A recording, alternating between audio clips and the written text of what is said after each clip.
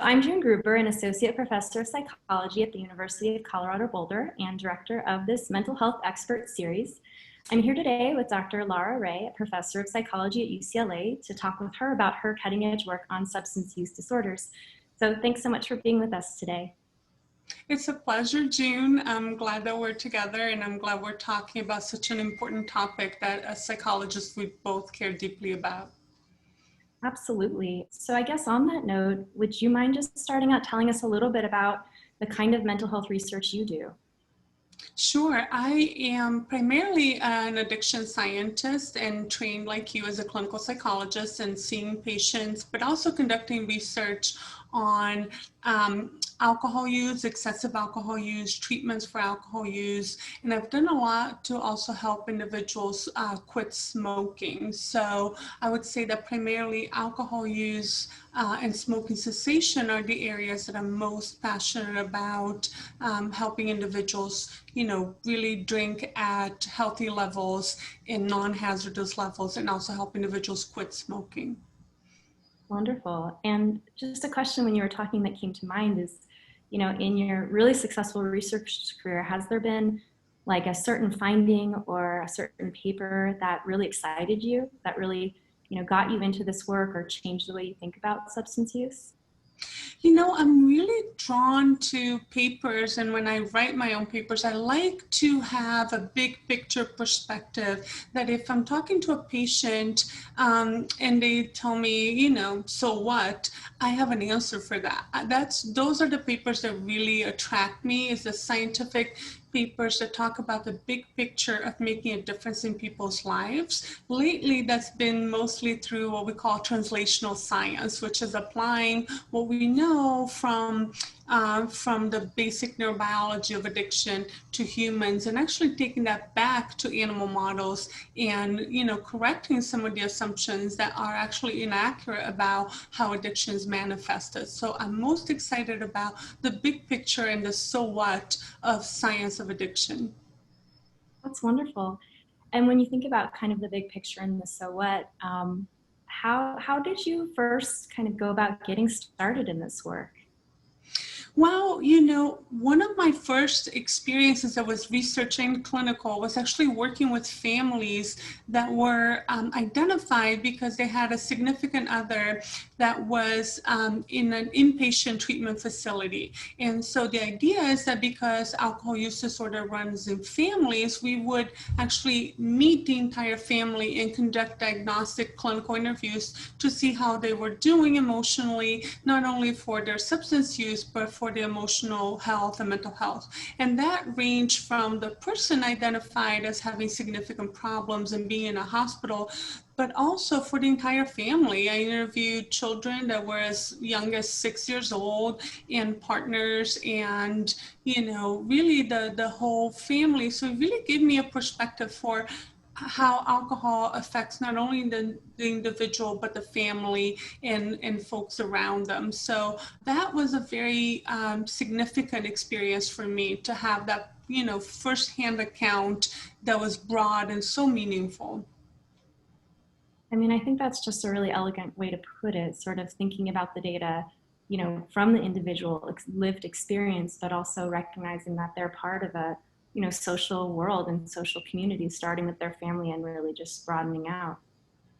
Absolutely. It's just so important to really, have compassion for how families really come together and try to solve problems. And unfortunately, in our field, especially for alcohol use disorder, you hear a lot about codependency. You hear a lot about kind of this more pejorative terms. And I think the families are doing their best to cope, and families are doing their best to keep their loved ones healthy. So I have a lot of compassion for individuals and families struggling with addiction.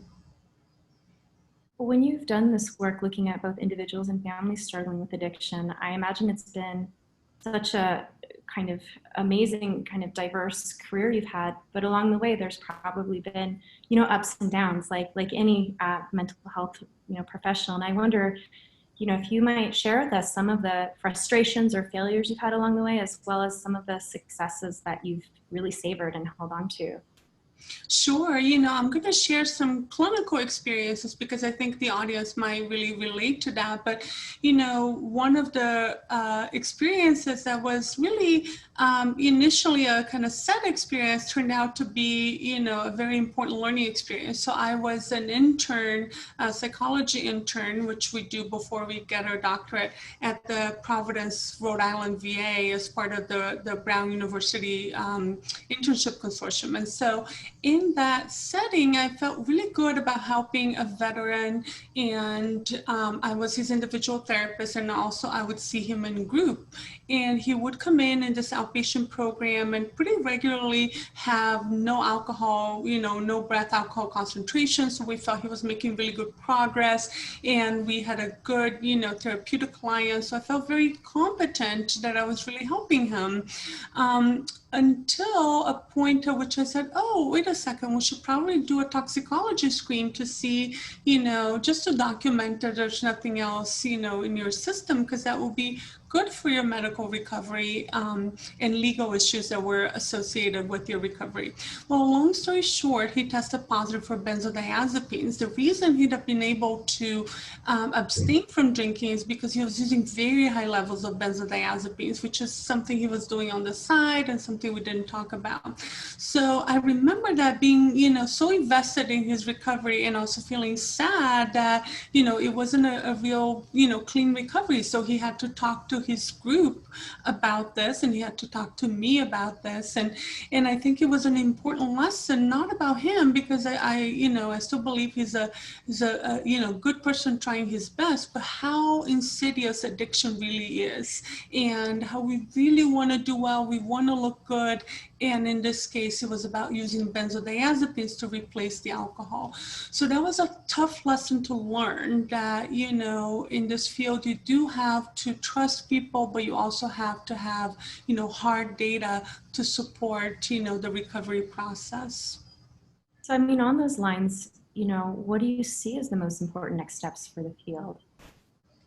I think that we want to make recommendations to make people's lives better. I think as psychologists and researchers, oftentimes we're too conservative with making recommendations. And what happens, we have a vacuum of knowledge. We have people who are coming to us and saying, you've been studying this for 20 years now. You have, hundreds of publications. What can you tell me that is going to make a difference? And we have to step up to that challenge. So I think as a field, we have to be more willing to make recommendations, to get out there and give our best shot, because in that vacuum of knowledge, if we don't, with all the scientific knowledge that we have, then especially in addiction, we see a lot of people who come in and take advantage of that suffering by offering empty promises that are not based in the science. I really love what you're saying, because it's about connecting, as you're saying, this sort of base of knowledge, and taking it out of a vacuum and just bringing it to the public and making a real difference. Absolutely. And it's not going to be this perfect, I always think about this, like we know that not everyone responds to a treatment, right? And we're trying to figure out who's most likely to respond to a certain treatment. The reality is, if we move the needle and we get more people treatment, we're doing well. We don't want perfection to get in the way of the good. Oftentimes as scientists, we're so focused on this, amazing, efficacy that is not realistic with mental health. And so what we want to do is move the needle. Instead of needing to treat 8 patients to get a result, can you treat 4 to get a result? That would be significant. So I think that perspective really guides my thinking, and through the hard times, it really kind of helps me push through and say we can do better. And especially working with patients, you and I work with patients, we represent them. We represent them and their families and their experiences.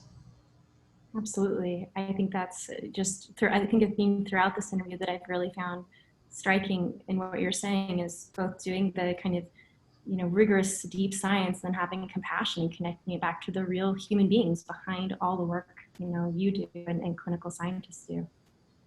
Absolutely. It's a privilege. Every time someone trusts us to get into, to enter their lives and to try to make their lives better and, help them build a life worth living, they're trusting us, and it's a real privilege.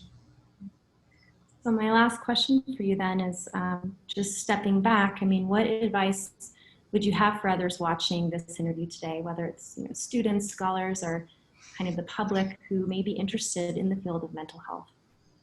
Well, I will speak to first to individuals who might be thinking about their own drinking. And I would say, this is a very challenging time, and many of us are thinking about our drinking. And there are some guidelines out there that are helpful. So I do want to share with you that we have benchmarks for men and women that help us, by quantifying the amount of drinking that helps us kind of stay at a healthy level. And for a lot of people, that's good to know because you have to draw a line in the sand. So if you're out there, you're thinking about your drinking, you're a female, we would encourage you to drink no more than 7 drinks per week. And also to not binge. So as a female, never to consume, 4 or more drinks, because that's going to alter your brain in a slightly different way. For men, I would say 14 drinks is the benchmark we're looking at per week, and no more than 5 drinks in a single episode. So the reason I like to put that out there is because if we're looking to ways to really try to do better, having those numbers can really make a difference. And if you are a, scientist or a provider, someone interested in mental health, keep your passion for working with people. You don't have to lose that to be a scientist. In fact, you're going to be a much better scientist because you care deeply about people. So I think there's this myth that's, a lot of scientists are not good providers. I think we can be wonderful providers, and we should be thoughtful providers in all that we do. Thank you so much. That was a wonderful response. And the numbers are incredibly helpful to have just as heuristics in our mind to remember. But more generally, just thank you for having us here today, you and it's a our pleasure. families. Yes. My support system here, helping you stay focused and grounded. Well, thanks for speaking to us, and nice to meet you. Say hi. Bye. Dr. Gruber is the Mommy's University, CU Boulder. We love CU Boulder. Thank you, June. Thank you. Have a good day. Bye.